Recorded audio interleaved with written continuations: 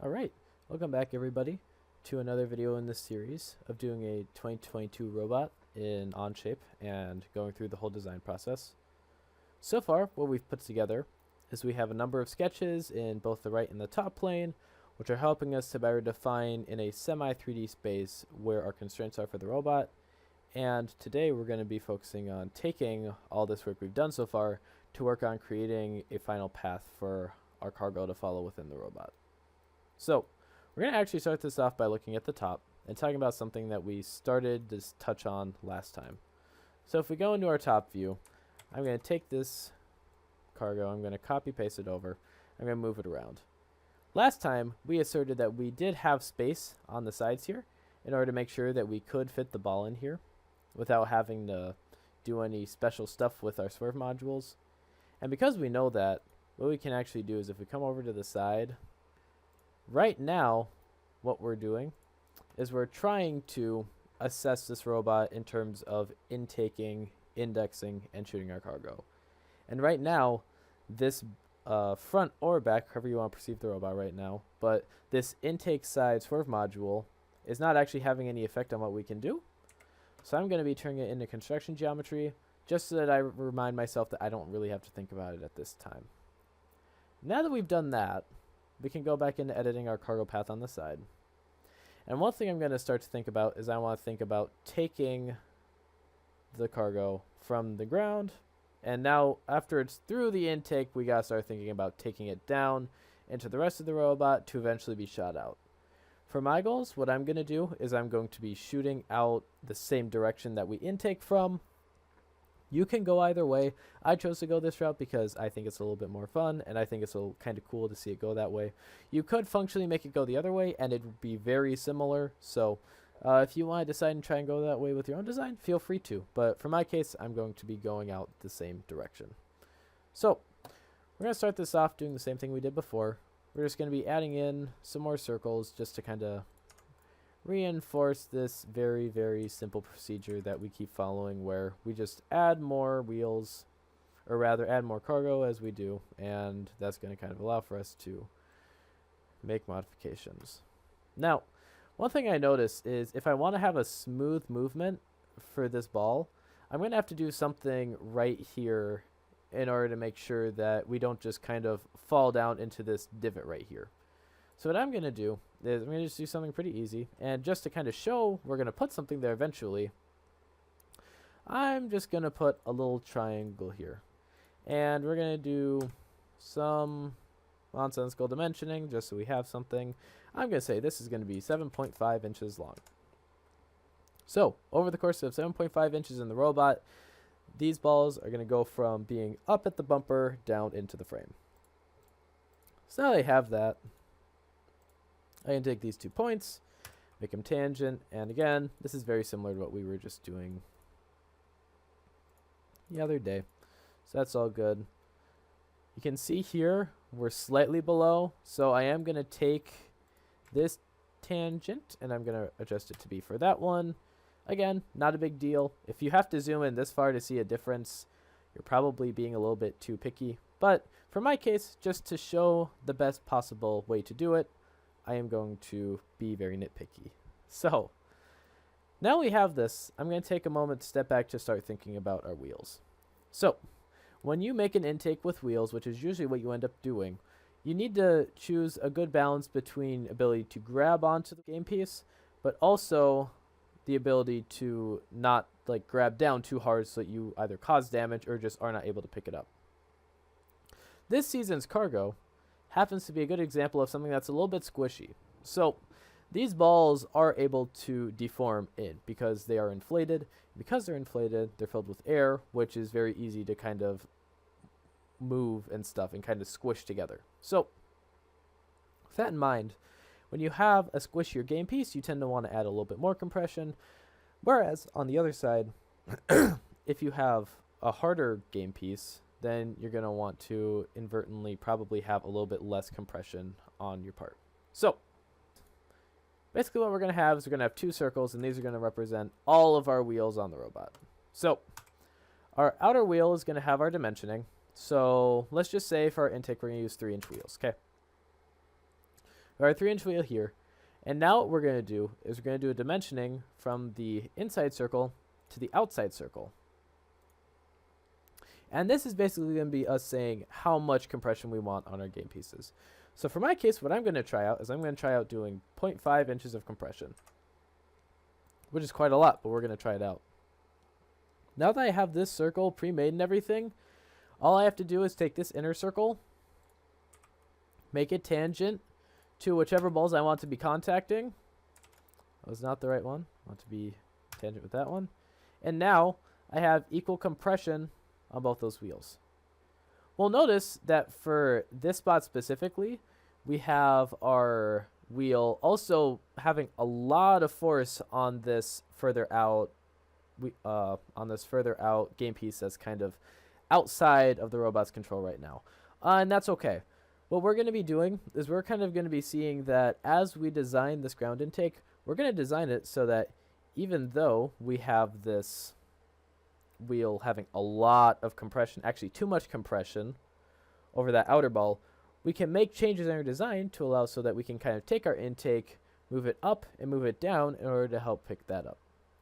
So with that in mind, we can move forward. So what I'm going to do is for my intake, I'm going to use kind of the same size wheels for the whole thing. So all I have to do is copy over these dimensionings. And now what I can do is I can start to make these wheels tangent with our cargo. A good rule of thumb when you're doing this is we always want to have 2 contact points. So part of the reason that we drew in all these circles is we can kind of see and make sure that there's always 2 contact points happening, or at least 1. So this being our first example, this cargo is pinned between our wheel and our bumper, so that counts as 2. Now as we go up, we can see that we move to this position where we've got 3 points of contact, which is amazing. And as we move in right now, we can see that, oh, well, as we move to this one, we've only got these 2 again, and we need something to help kind of move it down. So we'll do the same thing we were just doing. We'll add in another set of wheels, 3-inch wheels, make those equal, and we're going to do the same tangent measurements again. So now we've got a general idea for how we're going to have our wheel flow through, or rather how we're going to have our ground intake designed so that our cargo can easily flow through and get into our robot. And as just a fun little tidbit, you can now see that, let's say I want to change my compression to be 0.25 inches, so 1/4 inch. I can do that, and magically all my wheels will change. So I have a lot of ability to kind of adjust that as I want, so I'm not limited to any specific option, which is very nice because if I end up finding that I want to change that later on, that'll be super easy too. And I don't have to make big changes to the rest of my design around that. So now we're at this point, we're going to kind of keep going, and we're going to start working on our indexing point. So we're going to kind of continue with these same circles. You're going to see that this is going to get very repetitive, but we're going to follow kind of the same path here just because wheels are handy because you don't have to do a whole lot of iteration to get to the same point that you would want for a number of different games. Why are we... that's why. If you ever see something weird going on where your part's locked in a spot where it shouldn't be sure to go ahead and make sure that all the constraints that you want are there and no extraneous ones. For that example that just happened, this dot and this dot were told that they had to be horizontal from each other. So when this wheel got made tangent here, it meant that we weren't able to move it anymore. So I just deleted that, and now we're all good. So now that we're at this point, we can start to think a little bit more about the rest of the path that we're going to want to have our balls take, or our cargo. So I'm going to see if I can squeeze in maybe 1 more wheel right here. We're going to be close, but I think we're going to be good. We can. And I'm going to make this one tangent right in here. So from this point, basically what we're going to be doing is we're going to be trying to take this ball, and we're going to be rotating it back out the same way that the intake was going, and we're going to try and shoot it out the same way that we pick it up. This is purely by my choice. There are good reasons to do this and good reasons to not do this, so if you have thoughts on this, feel free to do your own choices, but for my case, I'm just going to have it shoot out the same direction that we pick it up from. So what I'm going to be doing now is I have this flow. I want you to think about this area being our intake section, roughly. So let me see if I can, there we go. That's roughly going to be our intake area. This is the part that's going to be actually taking the ball into the robot. And then from there, this area is going to be what we're going to be considering our indexing stage. So this is going to be where we're trying to get the ball in the right position we want so that we're fully ready to kind of keep moving forward with shooting our robot, or rather shooting our cargo. So now what we're going to do is, since I know I'm going to eventually want to be going kind of up and to the left, I'm going to be using this central wheel right here as kind of a way to kind of do that. So what I can do is if I draw a couple more circles and I do the same things I've been doing. I know, really new stuff here, obviously. What I can do is, if I follow the same rules of making them tangent to the wheel, I can rotate my motion. So now I'm going out through the top, which is really handy because now I'm able to very quickly get the wheel, or rather get the cargo, going in the roughly in the direction that I want it to. From here, though, I do know I'm eventually going to want to kind of start going up. So what I'll do is I'll add, I'll add 2 more. Make these construction and equal. And now we can see, now I've got a little bit more leniency in exactly which direction I want to go, because I'm no longer touching this index wheel. So now I'm going to end up wanting to do is I'm going to want to end up adding another one of those wheels up here. And once we've done that, we'll do the same tangent strategies we've been doing. And now we can start to see that we're starting to have more options with exactly how we want to be aiming, what direction we want to be aiming. And as one last final thing, I also know that eventually I'm going to end up actually...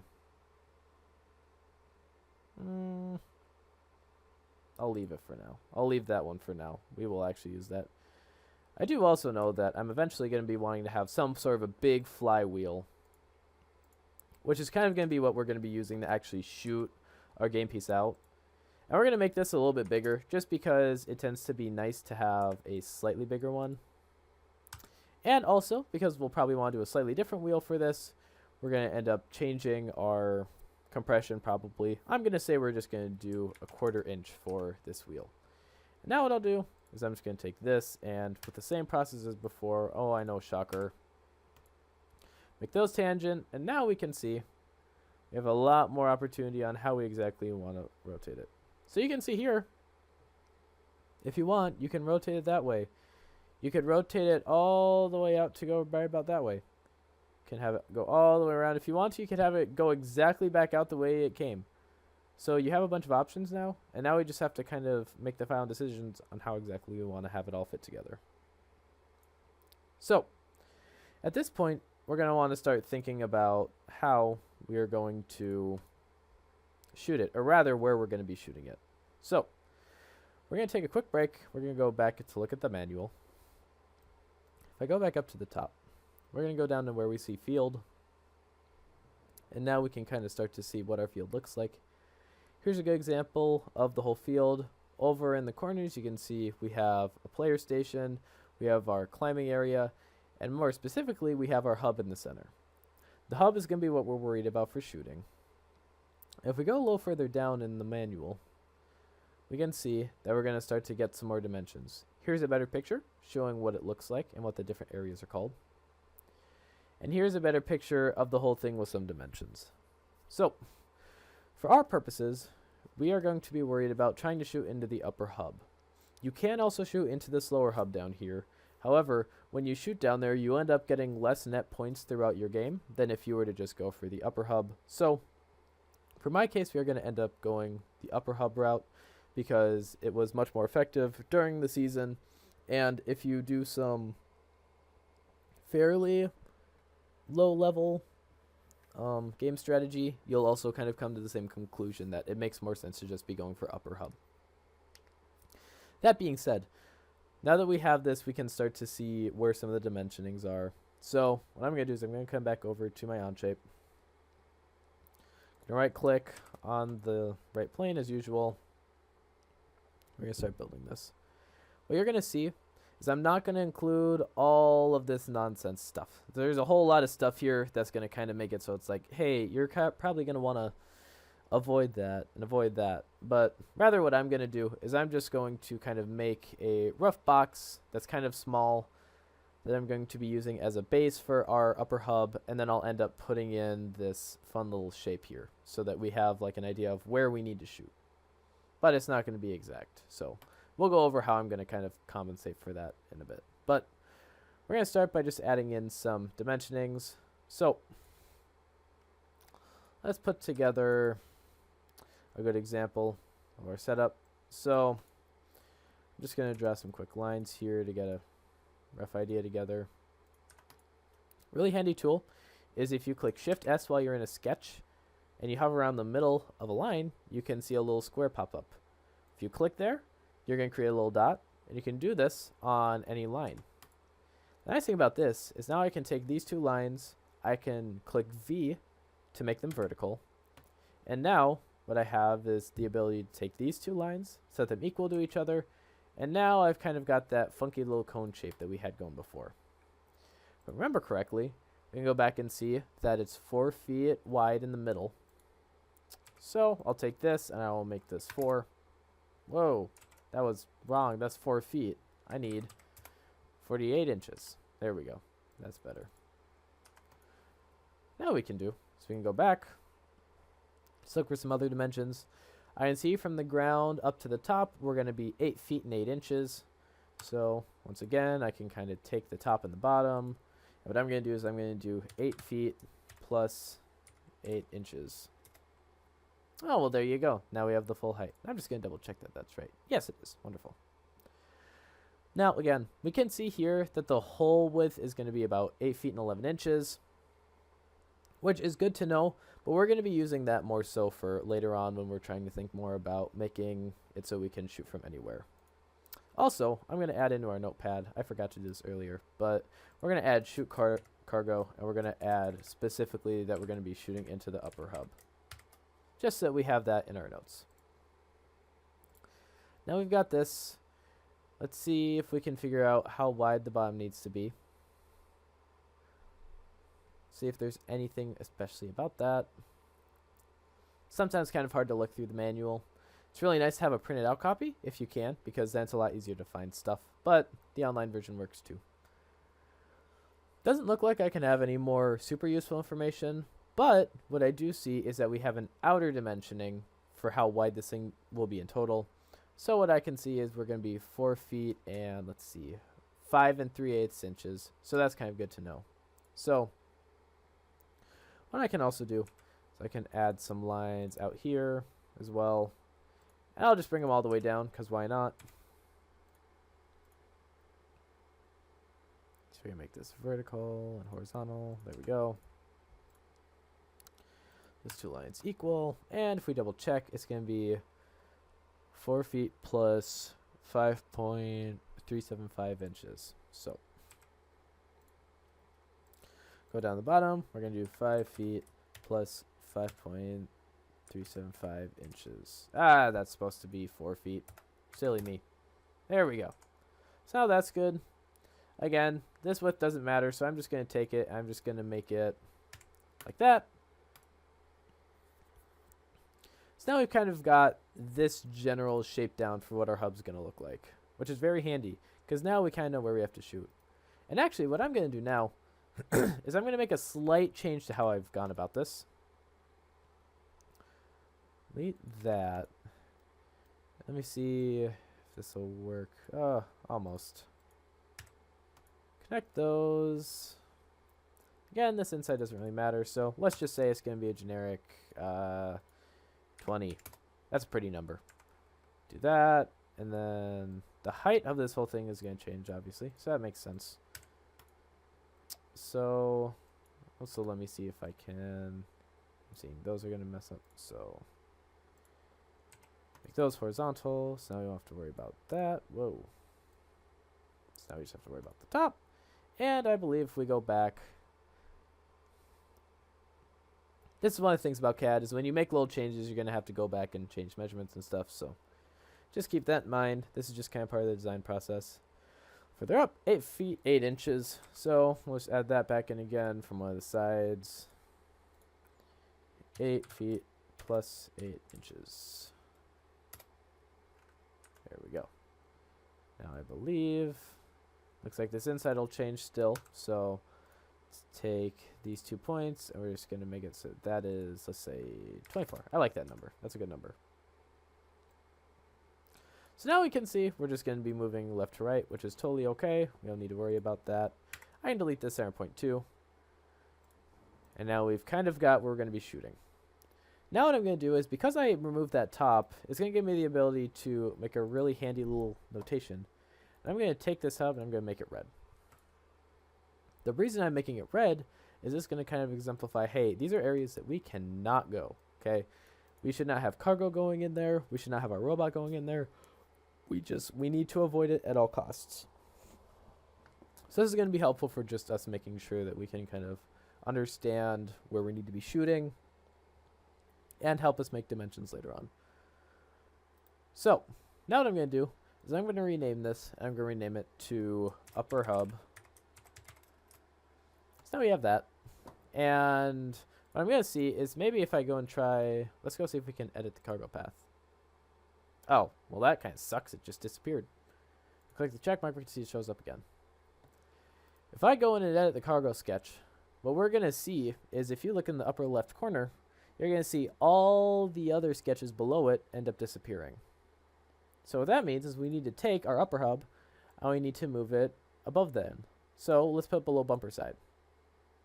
Oh, well now we've got an error. It's red. That's not good. Let's see what the error is. Did not generate properly. Some external references are missing.